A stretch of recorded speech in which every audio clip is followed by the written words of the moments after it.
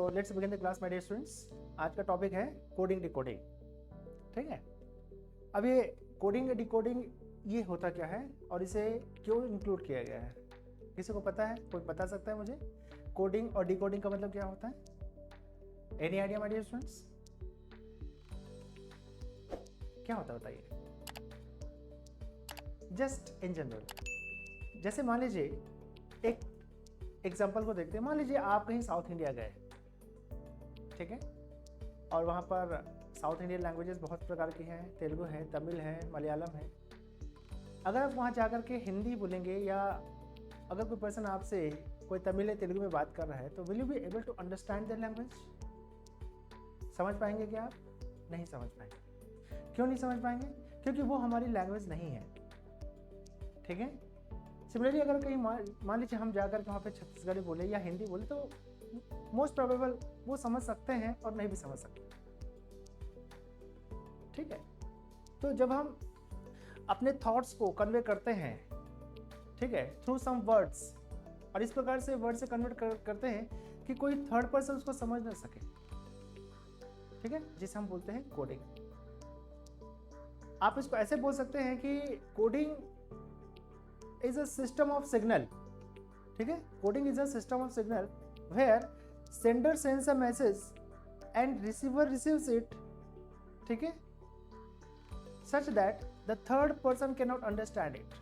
तो जब कोई एक सेंडर एक मैसेज सेंड करता है और रिसीवर इसको रिसीव करता है, ठीक है, रिसीव करने के बाद वो अगर वो रिसीवर उस लैंग्वेज को अपने समझने लायक लैंग्वेज में कन्वर्ट कर ले तो वो कहलाता है डिकोडिंग। तो जब कोई सेंडर मैसेज सेंड करे, इस प्रकार से सेंड करे कि थर्ड पर्सन उस मैसेज को समझ ना पाए, वो कोडिंग कहलाता है। So when a sender sends a message such that the third person can not understand it, then this is known as coding.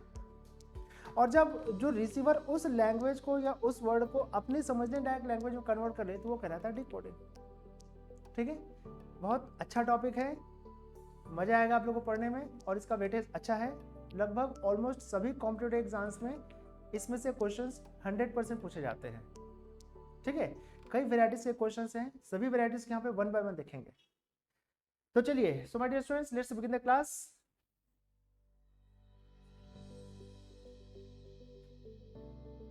Coding decoding, ठीक है, यहाँ पर देखिए जैसे मैंने आपको बताया था, कोडिंग का मतलब था a system of signal where sender sends a message and receiver receives it. Sender एक मैसेज सेंड कर देता है, यहाँ पर ये सेंडर एक मैसेज सेंड किया रिसीवर को, रिसीवर उसको रिसीव कर लिया। तो और इस प्रकार से रिसीव किया कि थर्ड पर्सन जो है, जब सेंडर कोई मैसेज भेजेगा रिसीवर को तो इस प्रकार से उस मैसेज को भेजेगा कि थर्ड पर्सन उसको समझ ना पाए, वही कोडिंग कहलाएगा। ठीक है, and it converts it into his language so that third person can not understand it. और जब रिसीवर उस लैंग्वेज को अपने समझने लायक भाषा में कन्वर्ट कर ले तो वो कहलाता है डिकोडिंग। ठीक है, इस टॉपिक में मेनली मैं आपको कुछ चीजें बताऊंगा यहाँ पर, ठीक है, जिस पर ये पूरा का पूरा टॉपिक बेस्ड है। तो इस टॉपिक को सॉल्व करने के लिए आपको किन किन चीजों की जरूरत पड़ेगी वो यहाँ पर देखते हैं। चलिए, तो सबसे पहले यहाँ पर देख लेते हैं। यहाँ पर to solve the questions based on coding and decoding always remember number 1 the position of letters in English alphabet. ठीक है, इंग्लिश अल्फ़ाबेट में देयर आर 26 लेटर्स हैं और इन 26 लेटर्स में हर एक लेटर को अपना एक प्लेस अलॉट किया गया है। वही प्लेस है, ये कहलाता है place values of the letters. ठीक है, सेकंड है इसमें अपोजिट लेटर्स। ठीक है, knowledge of opposite letters of each letter in English alphabet. तो इंग्लिश अल्फ़ाबेट में आपको हर एक लेटर का अपोजिट लेटर आपको पता होना चाहिए। ठीक है, अभी समझे, अगर कहीं मान लीजिए मुझे कोई पूछेगा कि लेटर एच, ठीक है, लेटर एच का अपोजिट लेटर क्या होगा, तो मैं बोलूँगा यहाँ पर लेटर एस, क्योंकि एच का प्लेस वैल्यू 8 होता है और एस का प्लेस वैल्यू 19 होता है। ठीक है, इसी प्रकार से यहाँ पर पी, लेटर पी है तो लेटर पी का अपोजिट लेटर होगा लेटर के। ठीक है, तो ये सब चीज़ें अभी आपको थोड़ी देर में मैं सब सिखाने वाला हूँ। तो आपको सेकंड इसमें जो याद रखने वाली चीज है वो है कि लेटर्स के अपोजिट लेटर्स आपको निकालना है, भाई कौन सा लेटर है उसका अपोजिट लेटर क्या होगा। ठीक है, और थर्ड है इसमें फॉरवर्ड एंड बैकवर्ड। तो knowledge of forward and backward letter of a letter, भाई कौन सी लेटर का फॉरवर्ड लेटर क्या है या बैकवर्ड लेटर क्या है, ये 3 things you have to always learn and understand while solving the questions based on coding and decoding, ये आपको हमेशा ध्यान रखना है। तो चलिए सबसे पहले मैं आपको यहाँ पे बता रहा हूँ कि how to find the position and how to remember the position of letters in English alphabet. ठीक है, तो इसके लिए क्या करते हैं, सबसे पहले हम यहाँ पे इंग्लिश अल्फाबेट को हम 2 पार्ट्स में डिवाइड करते हैं। सिंस देयर आर 26 लेटर्स हैं, इंग्लिश अल्फाबेट 26 लेटर्स है, अगर इन 26 लेटर्स को हम 2 इक्वल पार्ट्स में डिवाइड कर दें तो there will be 13 letters in each part. ठीक है, 13 लेटर्स इन ईच पार्ट। ठीक है, इसको हम ऐसे भी समझ सकते हैं कि फर्स्ट 13 लेटर्स ए से स्टार्ट होकर के एम तक जाएगा और सेकंड लेटर जो है या सेकंड पार्ट जो है वो लेटर एन से लेकर के जेड तक जाएगा। इसको यहाँ से हम इस प्रकार से समझ सकते हैं, ध्यान से देखिएगा, English alphabet and their positions. जैसे मान लीजिए मैंने यहाँ पर इंग्लिश अल्फाबेट को 2 इक्वल पार्ट्स में डिवाइड कर दिया। ठीक है, फर्स्ट पार्ट यहाँ से ए से लेकर के एम तक जा रहा है, सेकंड पार्ट यहाँ से एन से लेकर के जेड तक जा रहा है। आप इसको इस प्रकार से भी याद रख सकते हैं, थोड़ा ध्यान से देखिएगा। अगर इंग्लिश अल्फाबेट में देयर आर टोटल 26 लेटर्स हैं, इन 26 लेटर्स को अगर हम 2 इक्वल पार्ट्स में डिवाइड कर दें then there will be 13 letters in each part. Okay, अभी 13 लेटर्स में ये फर्स्ट पार्ट है, it will start from A and it will go up to M, and second part of English alphabet starts with the letter N and it goes up to letter Z. ठीक है, यहाँ पर ए का place value 1 है और M का place value 13 है। Similarly N का प्लेस वैल्यू 14 है और जेड का प्लेस वैल्यू 26 है। इस प्रकार से आपको सीक्वेंस ऑफ द लेटर्स या पोजीशन ऑफ द लेटर्स याद रखने हैं। बाकी के जितने भी लेटर्स हैं ए से लेकर के एम तक, इन सभी लेटर्स के प्लेस वैल्यूज को मैं आपको यहाँ पर बता रहा हूँ कैसे याद रखना है आपको। तो सबसे पहले यहाँ पे देख लेते हैं, देखिए आपको A1, B2, C3, D4, E5 यहाँ तक सभी को याद रहता है जनरली, ए से लेकर के ई तक सभी लेटर्स के प्लेस वैल्यू सबको पता रहते हैं। ठीक है, क्योंकि इंग्लिश अल्फाबेट ए से स्टार्ट होता है इसलिए ए को फर्स्ट नंबर दिया गया है, बी को सेकंड नंबर पे, सी थर्ड नंबर पे, डी फोर्थ नंबर पे और ई फिफ्थ नंबर पे, एफ सिक्स नंबर पे। इस प्रकार से आपको इंग्लिश अल्फाबेट के सभी लेटर्स के पोजीशंस या प्लेसेस को याद रखने हैं। तो इसके लिए क्या करेंगे, देखिए याद रखने का तरीका ये है कि A1, B2, C3, D4, E5, F6। ठीक है, तो आपको यहाँ पर ए से लेकर के ई तक के सभी लेटर्स के प्लेस वैल्यूज ऑलमोस्ट सभी को पता रहता है। ठीक है, अब याद कहाँ से रखना है, तो आपको याद रखिएगा यहाँ पे एफ, तो एफ को इस प्रकार से हम लिखते हैं। ठीक है, ये लेटर एफ है, लेकिन अगर इसको हम डिजिटल देखें, डिजिटली अगर नंबर में देखेंगे तो ये होता है 6 के, तो एफ हो जाएगा 6। आप इसको इस प्रकार से याद रख सकते हैं F6। ठीक है, G7 को याद रखने के लिए अभी थोड़े दिन पहले यहाँ पर G7 एक ग्रुप ऑफ कंट्रीज है। ठीक है, हाईली डेवलप्ड कंट्रीज है जिसको बोलते हैं G7, ग्रुप ऑफ 7 कंट्रीज। ठीक है, इसमें वर्ल्ड के जो टॉप कंट्रीज हैं, बेस्ट इकोनॉमी वाले, वो कंट्रीज आते हैं इसमें। तो G7 मतलब होता है ग्रुप ऑफ 7। आप इसको ऐसे याद रखिएगा, याद रहेगा। तो ये हो जाएगा आपका G7। H8 को याद रखने के लिए H को इस प्रकार से लिखेंगे और H को हम डिजिटल 8 बनाएंगे तो इस प्रकार से दिखता है, ये हो गया H8। ओके, सिमिलरली हम बात करते हैं यहाँ पे I का, तो I यहाँ पर है, उसका प्लेस वैल्यू है 9। I को बहुत सारे लोग इस प्रकार से बनाते हैं या इस प्रकार से बनाते हैं, जैसे मैं बनाता हूँ ये बनाता हूँ इस प्रकार से। तो I को याद रख सकते हैं I9। ठीक है, J के प्लेस वैल्यू को याद रखने के लिए मैं आपको एक छोटा सा कॉन्सेप्ट यहाँ बता रहा हूँ जिसको बोलते हैं इजोटी। ठीक है, यहाँ पर E J O T and Y। अब E का प्लेस वैल्यू होता है 5, J का प्लेस वैल्यू है 10, O का प्लेस वैल्यू है 15, T का प्लेस वैल्यू 20 एंड Y का प्लेस वैल्यू होता है 25। मतलब हर एक लेटर जो हर फिफ्थ लेटर को यहाँ पर लिया गया है। तो देखिए J का प्लेस वैल्यू यहाँ से हो जाएगा 10, तो आपको इस प्रकार से याद रखना है इजोटिक के थ्रू। ठीक है, अब आ जाते हैं यहाँ पर K को याद रखने के लिए क्या करेंगे, K के प्लेस वैल्यू को, तो आपका अभी एक जो 2020 मैचेस होते हैं उसमें एक टीम का नाम है किंग्स 11। पहले वो टीम पंजाब की हुआ करते थे, तो K11 मतलब किंग्स 11 पंजाब। आप इसको ऐसे याद रख सकते हैं। तो आप K 11 याद कैसे रखेंगे, किंग्स 11 एक क्रिकेट टीम के नाम से। और उसके बाद हम आ जाते हैं यहाँ पे M13। M13 कैसे देखेंगे, तो M को देखने के लिए क्या करेंगे, M is the last letter of first half of English alphabet.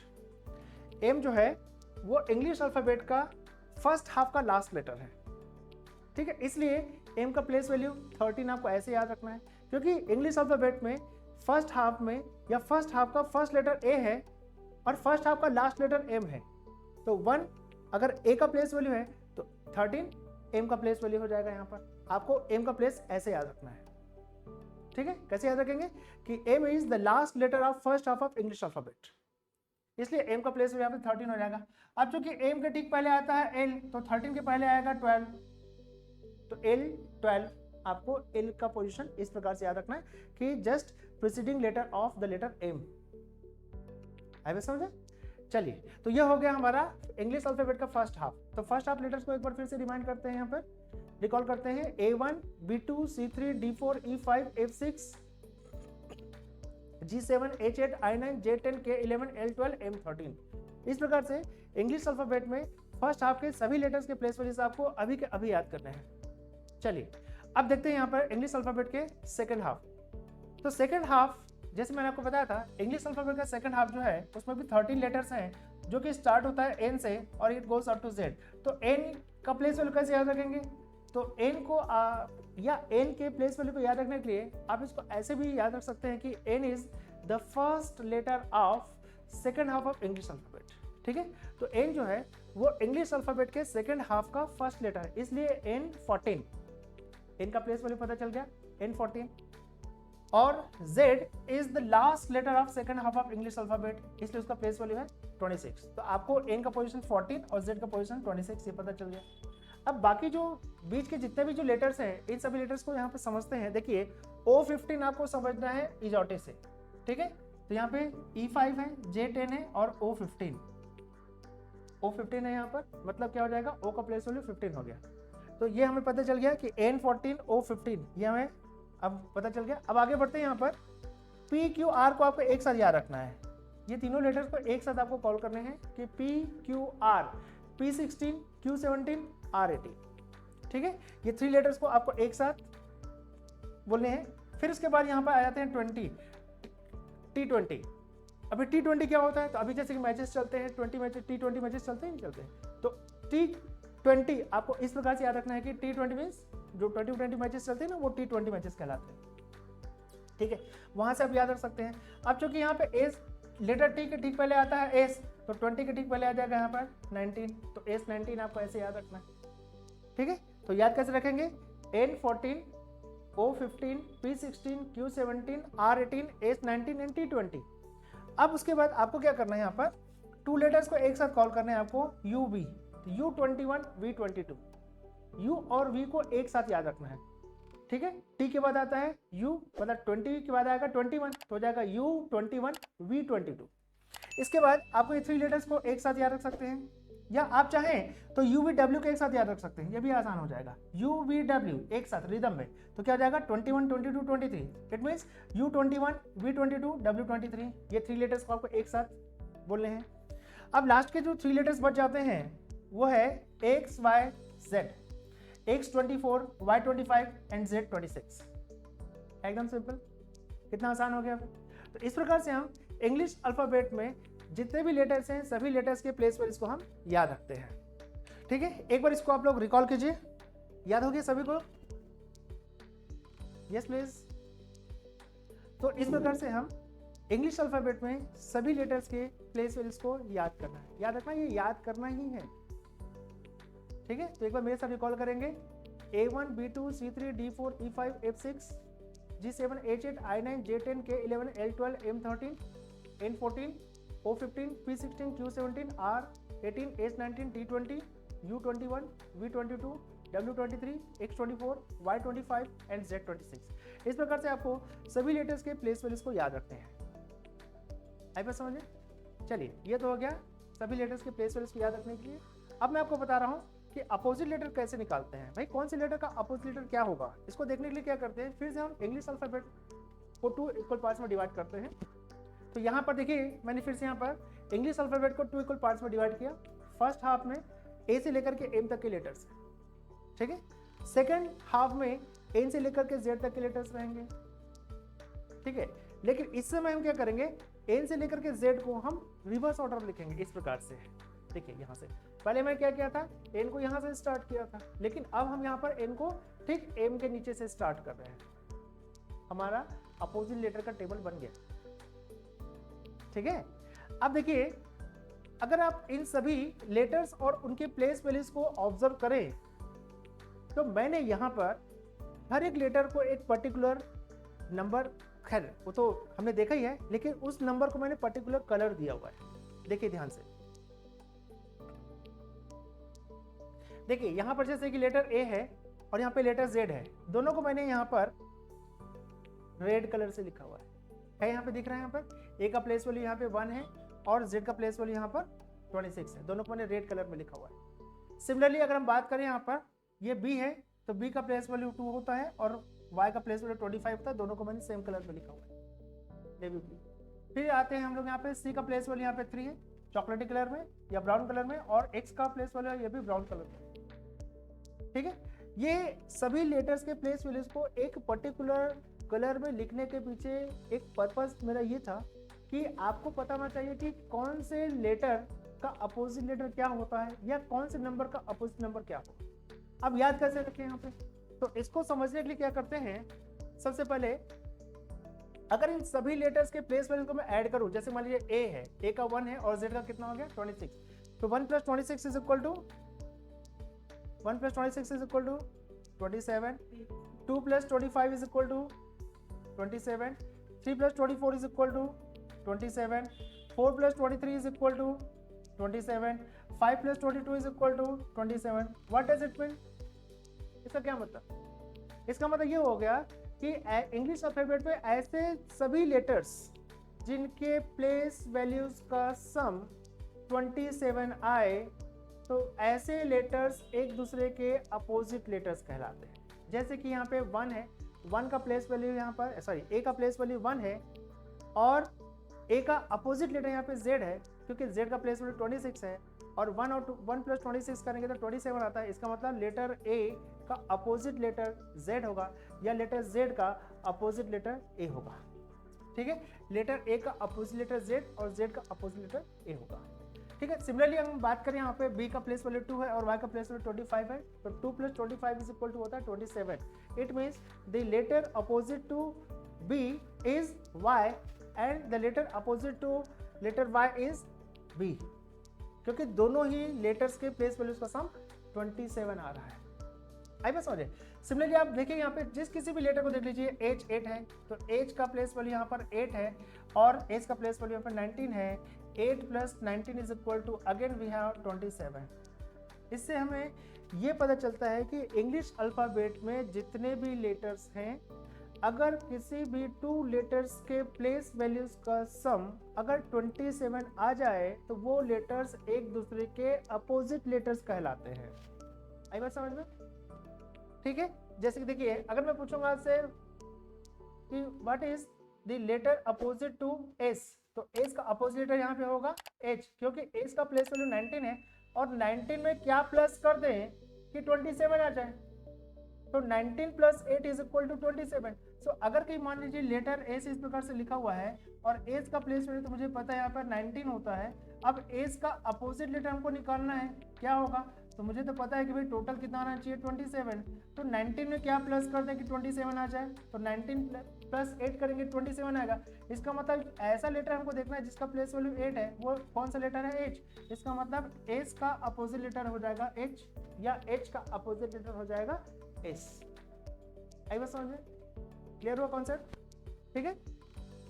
देखिए सिमिलरली यहाँ पे K11 है तो 11 में क्या प्लस कर दे कि 27 आ जाए, तो 16, तो 11 + 16 इज इक्वल टू 27। इसका मतलब K अगर 11 है तो 11 में 16 प्लस करेंगे तो आएगा 27 और 16 किसका प्लेस होता है, P का।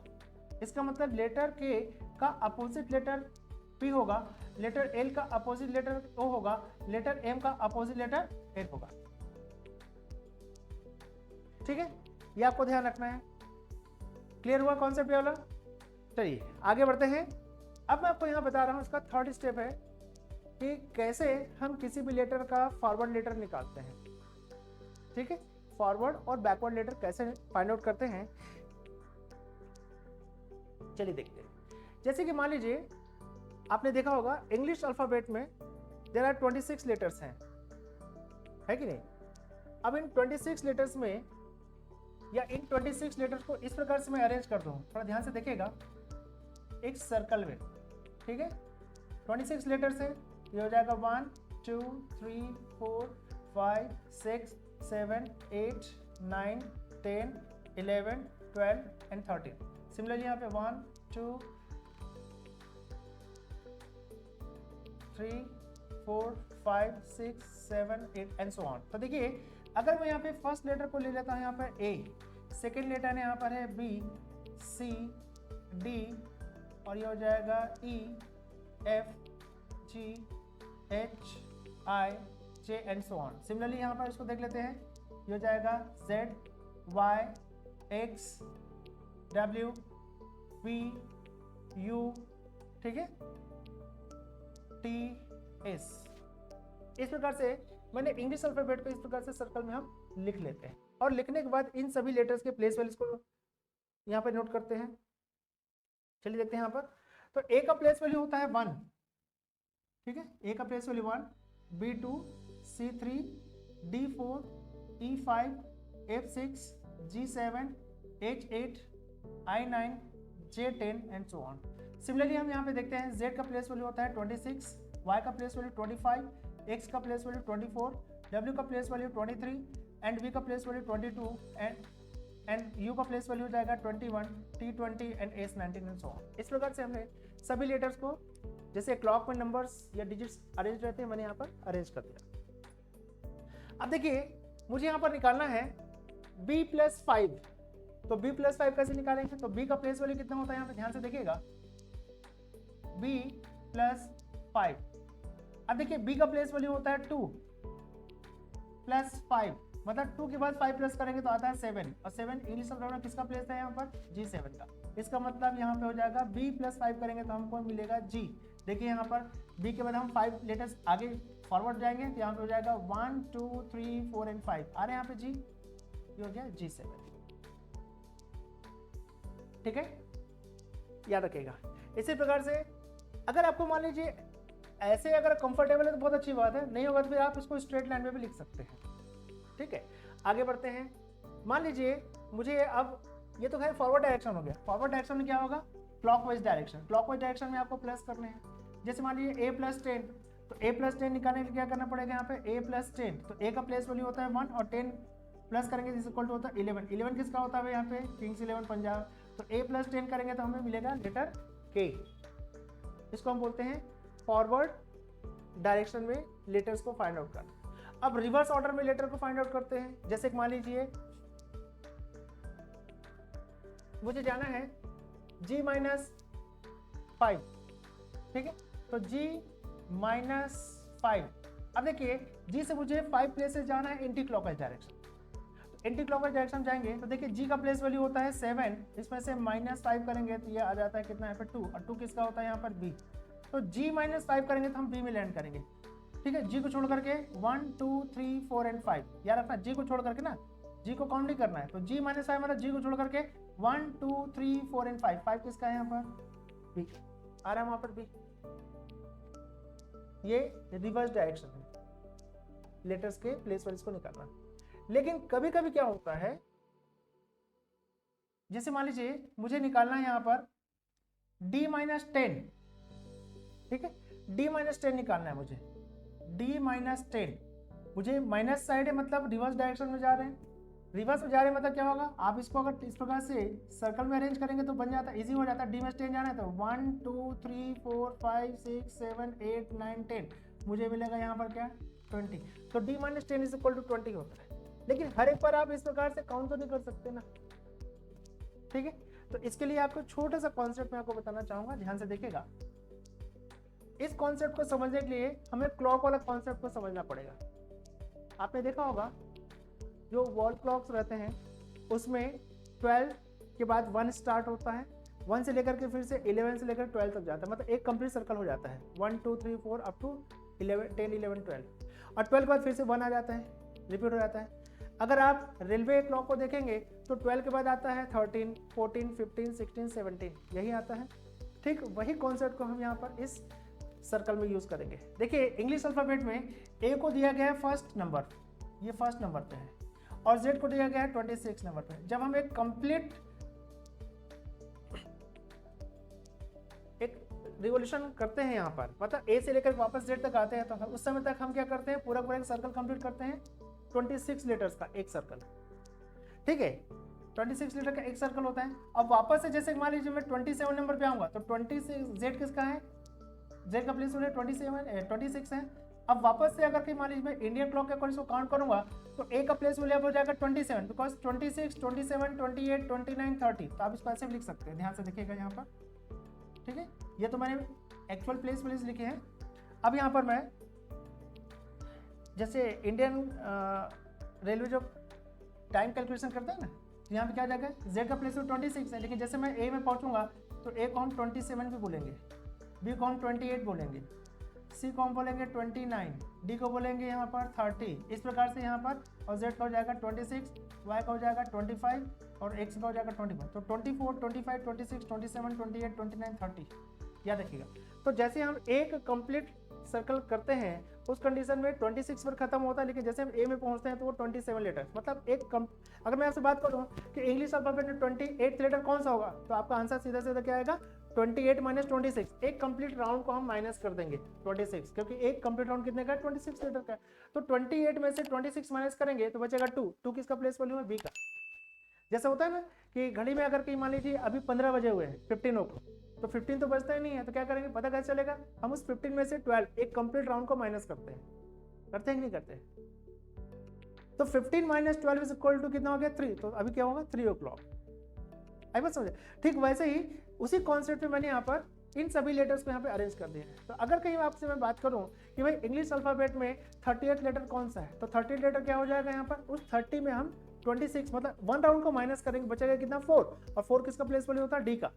तो इसलिए आपको सबसे पहले क्या करना है, डी माइनस 10 करना है, तो डी का प्लेस वैल्यू यहाँ पर कितना है, यहाँ पे 4 है।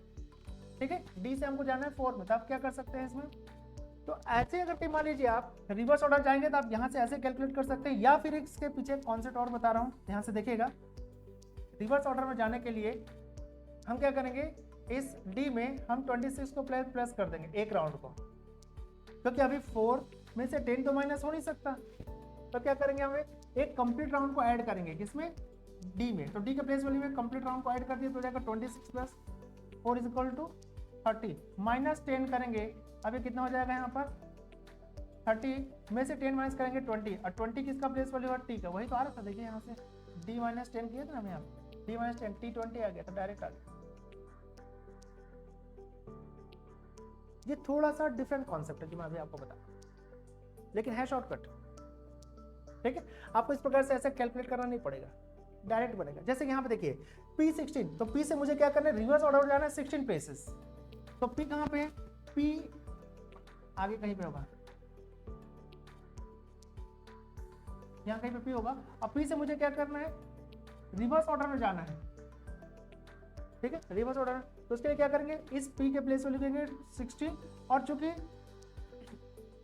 16 में 16 को माइनस करेंगे तो 0 आएगा, ऐसा तो पॉसिबल नहीं है कि P से 16 जाएंगे तो 0 को ही मिलेगा, ऐसा नहीं है। तो क्या करेंगे, P में हम 26 पहले एक राउंड ऑफ इंग्लिश अल्फाबेट को प्लस कर देंगे, तो हो जाएगा 16 प्लस 26, फिर माइनस 16 करेंगे तो आएगा ये 26 किसका होता है यहाँ पर,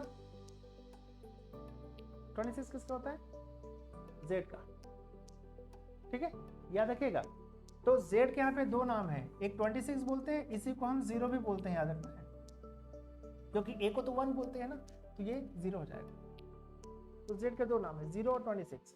आगे बढ़ते हैं, E-5 देख लीजिए, E से हमें माइनस डायरेक्शन में जाना है या रिवर्स ऑर्डर जाना है, कितना 10 प्लेसेस, तो क्या करेंगे, E का प्लेस वैल्यू होता है 5 प्लस 26 मतलब 31 माइनस 10 को 21 होता है V का। देख लीजिए आपको E कहाँ पर है, E से हमको 10 माइनस 10 जाना था, देखिए यहाँ से E है, यहाँ से हो जाएगा 1 2 3 4 5 6 7 8 9 10 आ रहा है यहाँ पर। V21 आया कि नहीं आया? आया ना वहां पर? क्लियर हुआ? समझ गए? ये समझोगे तभी आगे बनेगा, नहीं तो नहीं बनेगा। इसलिए अभी आप जो जितने भी स्टूडेंट क्लास अटेंड कर रहे हैं ऑनलाइन ऑफलाइन सभी, अभी के अभी आपको समझना है और समझ करके आगे बढ़ना है। घर पे समझने वाला कोई सिस्टम ही मत रखिएगा, जो क्योंकि आप मुझे अपना कीमती टाइम दे रहे हैं यहाँ पर, और वो कीमती टाइम को, उस कीमती टाइम में आपको अभी समझना है चीज़ों को, और अभी का अभी आप समझ करके आगे बनाना है। ठीक है, याद रखिएगा। आगे बढ़ते हैं। तो इस प्रकार से आज हमने यहाँ पे 3 कॉन्सेप्ट देखे हैं, जिसमें हमने सभी लेटर्स के प्लेस वैल्यूज कैसे निकालते हैं, कैसे याद रखें, वो हमने देखा हुआ है। सेकंड हमने देखा यहाँ पर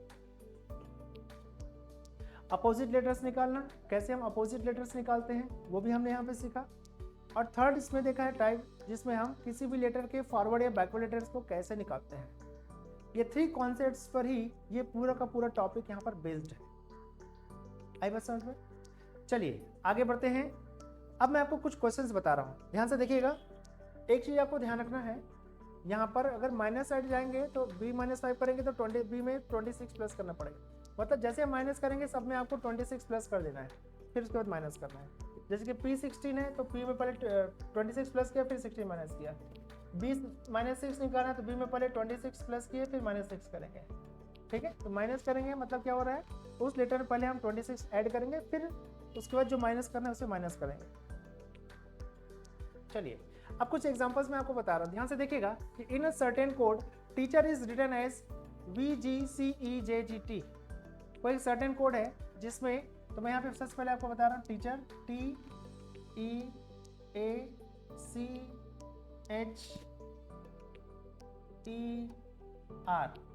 टीचर।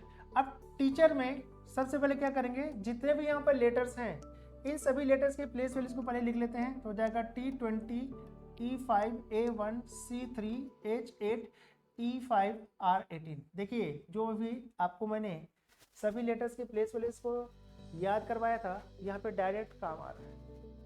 एग्जाम में अगर आप सभी लेटर्स के प्लेस वैल्यूज को याद कर लेंगे या समझ जाएंगे तो आप समय बचा सकते हैं।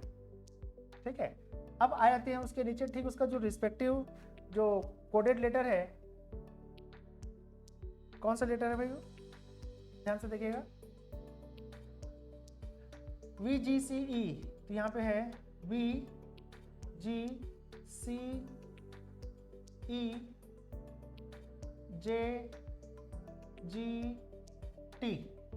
तो V का प्लेस वैल्यू होता है 22 G7 C3 E5 J10 G7 T20। ठीक है, अब देखते हैं यहाँ पर टीचर के सभी लेटर्स और उसके रिस्पेक्टिव कोडेड वर्ड के सभी लेटर्स के बीच में क्या रिलेशन है।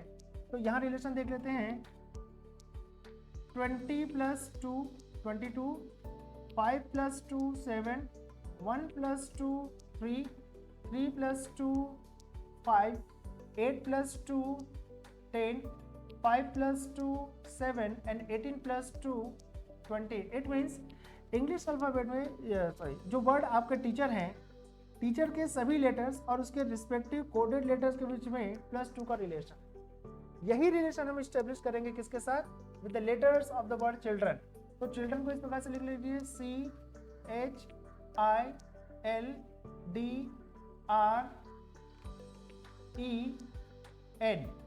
ठीक है, अब देखिए सभी लेटर्स के पहले प्लेस को लिख लेते हैं। तो C3 H8 I9 L12 D4 R18 E5 N14। सभी लेटर्स में +2 कर दीजिए यहाँ पर।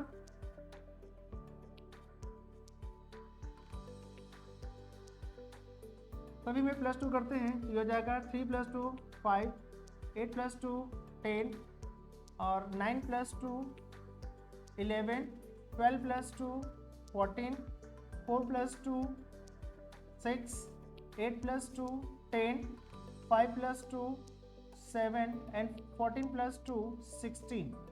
ठीक है, यहाँ पर सभी लेटर्स सभी नंबर्स हमको मिल गए। अब इन नंबर्स के रिस्पेक्टिव लेटर्स को लिखेंगे तो इंग्लिश अल्फाबेट में 5 होता है ई का, और J10 K11 और N14 F6, J10, G7 और P16। हमारा जो कोडेड लेटर बन जाता है EJKN FJGP।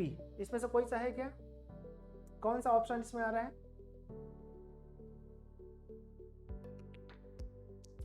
EJKN,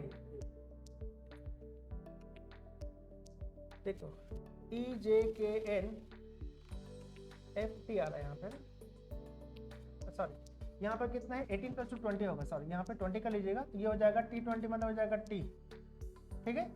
यहाँ कितना हो जाएगा EJKN FTGP, हमारा option number 3 is the answer, ठीक है, क्योंकि यहाँ पे 18 + 2 20 होगा, 20 किसका होता है? T का। आइए समझे, इस प्रकार से हम कोडिंग डिकोडिंग के क्वेश्चंस को सॉल्व करते हैं। बहुत इजी टॉपिक है, बहुत अच्छा टॉपिक है, अच्छे से ध्यान से बनाएंगे, ध्यान से पढ़ेंगे, कॉन्सेप्ट क्लियर रहेगा तो मजा आएगा आपको बनाने, ठीक है। चलिए मैं आपको एक क्वेश्चन और बता रहा हूं यहाँ। इन अ सर्टेन कोड गैलेक्सी, याद रखना गैलेक्सी है, गैलेक्सी नहीं है ना, याद रखना गैलेक्सी है। तो in a certain code galaxy is written as LQFCD, ठीक है। सबसे पहले हम क्या कर लेते हैं, गैलेक्सी लिख लेते हैं GLAXY।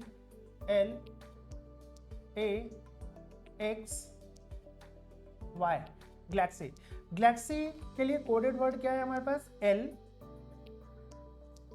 Q F C and D। तो सच में देखते हैं यहाँ पे सभी लेटर्स के प्लेस वैल्यूज को लिखते हैं तो हो जाएगा G7 L12 A1 X24 Y25, और L का प्लेस वैल्यू यहाँ पे L12 Q17 F6 C3 and D4। अब ध्यान से देखिएगा, 7 + 5 12, 12 + 5 17, 1 + 5 6, 24 + 5, 24 + 5 कितना होता है यहाँ पर? तो 24 + 5 इज इक्वल टू होता है 29, लेकिन इंग्लिश अल्फाबेट में तो 29 लेटर्स होते ही नहीं है। तो क्या करेंगे हम यहाँ पर, जिसमें आपको बताया था इंडियन क्लॉक में माइनस करते हैं ना, रेलवे क्लॉक में, तो क्या है इसमें 26, एक कंप्लीट राउंड को माइनस करेंगे, बचेगा कितना यहाँ पे 3, और 3 किसका होता है यहाँ पर? C का, इसलिए यहाँ पे देखिए C लिखा है यहाँ पे। तो 24 + 5 इज इक्वल टू होता है 29, 29 मीन्स C, बताया था।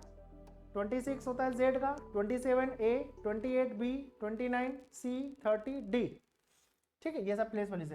अब यहाँ देख लीजिए फिर से 25 + 5, तो 25 + 5 कितना होता है? 30, तो इंग्लिश अल्फाबेट में 30 लेटर्स तो होते ही नहीं है, तो क्या करेंगे इस 30 में 26 को माइनस करेंगे, बचेगा कितना? 4, और 4 हो गया D का। इसका मतलब ये हो गया कि गैलेक्सी के सभी लेटर्स और उसके रिस्पेक्टिव जो वर्ड है उसके लेटर्स के बीच में +5 का रिलेशन है। यही रिलेशन हम किसके साथ लगाएंगे? ऑर्बिट के साथ। तो चलिए देखते हैं, यहाँ पे ऑर्बिट को लिख लेते हैं। ऑर्बिट ORBIT, ऑर्बिट के सभी लेटर्स के प्लेस वैल्यूज को लिखते हैं तो हो जाएगा यहाँ पर ऑर्बिट में O15, R18, B2, I9, T20, सभी लेटर्स को लिख ली। अब सभी में क्या करेंगे? +5 ले आते हैं यहाँ पर, तो +5 +5 +5 +5 +5, ठीक है। अब यहाँ देखिए 15 + 5 is equal to 20, 18 + 5 is equal to 23, 2 + 5 7, 9 + 5 14 and 20 + 5 25। अब जितने भी नंबर्स हैं उन सभी नंबर्स के रिस्पेक्टिव लेटर्स को लिखते हैं तो ये T20 हो जाएगा, W23, G7 और N14 एंड Y25। हमारा आंसर होगा TWGNY। कहीं दिया क्या? TWGNY, ऑप्शन नंबर A इसका आंसर है। एकदम सिंपल, समझ में आ रहा है स्टूडेंट्स? आपको कोडिंग डिकोडिंग में आपको आइडेंटिफाई करना है कि लेटर्स और उनके कोडेड लेटर्स के बीच में कैसा रिलेशन है। ये रिलेशन चेंज हो सकते हैं। पहले +2 का रिलेशन था सभी में, यहाँ पर सभी लेटर्स में +5 का रिलेशन हो सकता है। आगे भी आपको बताऊंगा कि रिलेशन इंक्रीजिंग ऑर्डर में होगा, जैसे मैं +1 +2 +3 +4 +5, ये आपको पढ़ने से और प्रैक्टिस करने से समझ में आएगा, ठीक है। आई बस समझे? तो ये जो रिलेशंस है ना ये चेंज हो सकते हैं। कहीं कहीं पे आपको +1 -2 +3 -4 +5 ऐसे रिलेशन देखो, +- ऑल्टरनेट रहेगा। तो ये पता कैसे चलेगा? पता ऐसे चलेगा जब आप सभी लेटर्स लेटर्स के प्लेस वैल्यूज और उसके रिस्पेक्टिव लेटर्स को लिख करके इनके सभी लेटर्स के बीच में जो रिलेशन है, नंबर्स का रिलेशन, उसको आइडेंटिफाई करेंगे। मैं एक सिंपल से एग्जांपल और बता रहा हूं, ध्यान से देखिएगा, इसमें रिलेशन चेंज हो जाएगा। जैसे कि यहाँ पर हमारे पास क्वेश्चन है असेंडिंग और descending order of the letters. अब इसमें जो लेटर्स अरेंज होंगे ना, वो सभी या तो असेंडिंग ऑर्डर्स में अरेंज होंगे या तो डिसेंडिंग ऑर्डर में अरेंज होंगे। जैसे कि यहाँ पर है in a certain code lose, ठीक है, यहाँ पर लिखा हुआ है लूज, तो in a certain code lose is written as MQBI, तो हम सबसे लिख लेते हैं LOSE लूज। तो L का प्लेस वैल्यू होता है 12, O 15, S 19, E 5, ठीक है, ये हो गया लूज।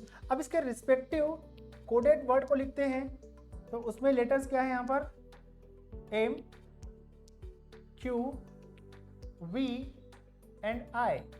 अब M का प्लेस वैल्यू होता है 13, Q का प्लेस वैल्यू होता है कितना होता है 17, V 22 एंड I 9। देखिए सभी लेटर्स के प्लेस वैल्यूज को याद रखना बहुत ज़्यादा जरूरी है, ठीक है। अब सभी लेटर्स के बीच रिलेशन को देख लेते हैं। देखिए रिलेशन कैसा आ रहा है यहाँ पर, ठीक है,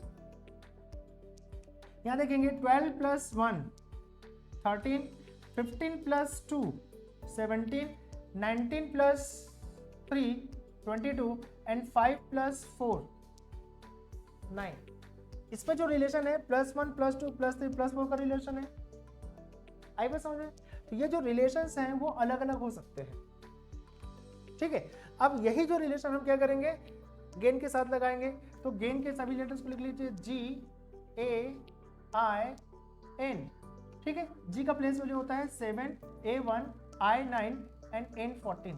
सभी में क्या करते हैं, यहाँ पर रिलेशन लगाते हैं +1 +2 +3 एंड +4, ठीक है। अब देखिए 7 + 1 8, 1 + 2 3, 9 + 3 12, 14 + 4 18। अब यहाँ पर 8 जब भी ये इन सभी लेटर्स के इन सभी नंबर्स के रिस्पेक्टिव लेटर्स को लिखते हैं, तो हो जाएगा H8 C3 L12 R18। तो देखिए हमारा आंसर होगा HCLR। कहीं ऑप्शन दिया है क्या, HCLR, ऑप्शन नंबर 4। अब समझे, इस प्रकार से आप असेंडिंग और descending order of the letters को आप अरेंज कर सकते हैं, ठीक है। आगे बढ़े, यहां देखिए ये क्वेश्चन है in a certain code strike is written as YYVLMF, then how is garden written in that code. बना करके देखेंगे क्या, ट्राई करके देखिए इसको। तो इसका आंसर है ऑप्शन नंबर 3। सभी से बन गया, किसी को बना के बताना है क्या मुझे। एक और क्वेश्चन देखते हैं यहाँ पर। देखिए कॉन्सेक्यूटिव और ऑड नंबर सीरीज, अभी ये नेक्स्ट टाइप है जिसमें कॉन्सेक्यूटिव और इवन और ऑड नंबर सीरीज होगा, ठीक है। कॉन्सेक्यूटिव इवन, एक्चुअली इसको आप ऐसे लिख सकते हैं कॉन्सेक्यूटिव इवन और ऑड नंबर सीरीज। अब कॉन्सेक्यूटिव इवन और ऑड क्या होता है, जैसे कि मान लीजिए रिलेशनशिप होगा +1 +3 +5 +7 +9 +11, ये सब क्या है कॉन्सेक्यूटिव ऑड नंबर्स है। और रिलेशन ऐसे भी हो सकते हैं कॉन्सेक्यूटिव इवन नंबर्स में, लाइक +2 +4 +6 +8 +10 +12 एंड सो ऑन, ठीक है। तो इस प्रकार से सभी लेटर्स में रिलेशन या तो कॉन्सेक्यूटिव ऑड नंबर का होगा या कॉन्सेक्यूटिव इवन नंबर का रिलेशन होगा। एक क्वेश्चन से इसको समझते हैं यहाँ पर। जैसे यहाँ पे लिखा हुआ है कि in a certain code claim, तो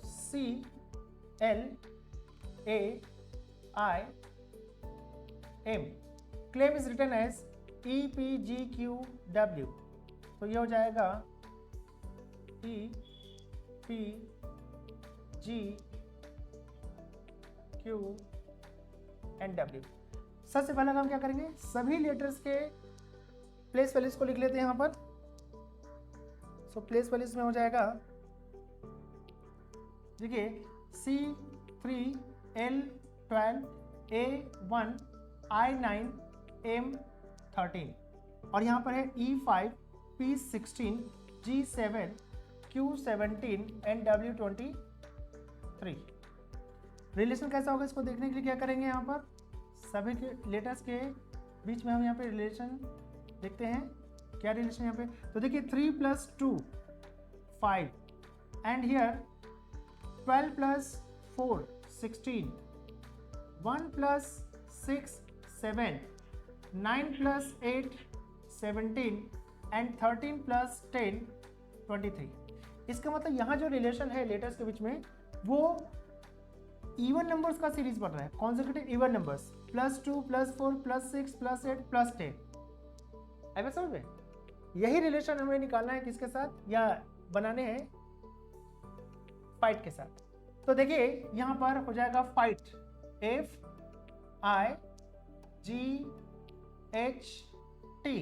तो F का प्लेस वैल्यू होता है F6 I9 G7 H8 T20। ठीक है, अब सब में कैसा रिलेशन है, तो कॉन्जिक्यूटिव इवन नंबर वाला सीरीज है ये, तो सभी में करेंगे यहाँ पे +2 +4 +6 +8 एंड फाइनली +10। नाउ 6 + 2 8, 9 + 4 और ये हो जाएगा 7 + 6 13, 8 + 8 16 एंड T + 20 + 10 30 क्या होता है, इंग्लिश ऑल में 30 लेटर्स नहीं होते, 26 माइनस कर दीजिए, बचा कितना है 4, तो यहाँ पे लिखेंगे 4।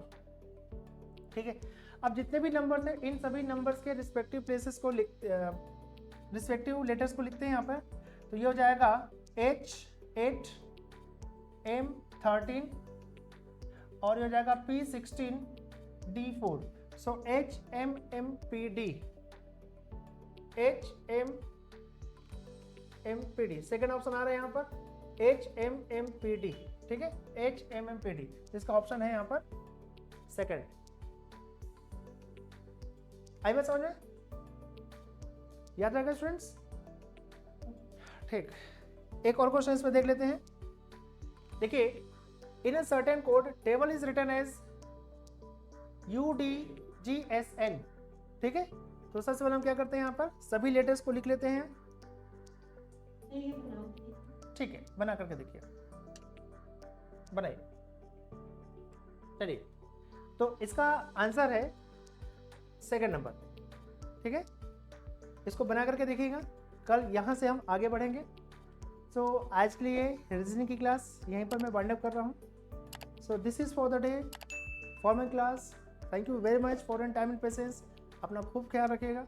कल मैं फिर से आपको सेम टॉपिक पढ़ाऊँगा एट द सेम टाइम।